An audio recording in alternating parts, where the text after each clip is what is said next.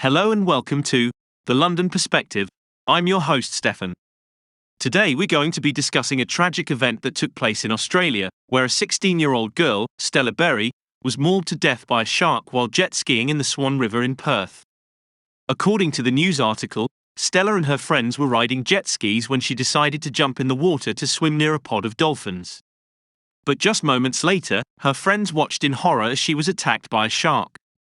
Despite the efforts of emergency personnel, Stella sadly died from her injuries. One of Stella's friends, Lara Connolly, described her as the sweetest and smartest girl that I knew, and said she was so kind and loved art. Acting Inspector Paul Robinson stated that it was unusual for a shark to be so far down the river, and the Department of Fisheries has no idea what type of shark was involved. It's heartbreaking to hear about such a tragedy, especially when the victim was simply enjoying a day out with friends. Shark attacks in Australia are relatively rare, with an average of 12.5 incidents a year over the past decade, and fatalities have decreased since the 1990s. But this just goes to show that even the most unexpected events can happen at any moment. In light of this tragedy, our thoughts and condolences go out to Stella's friends and family.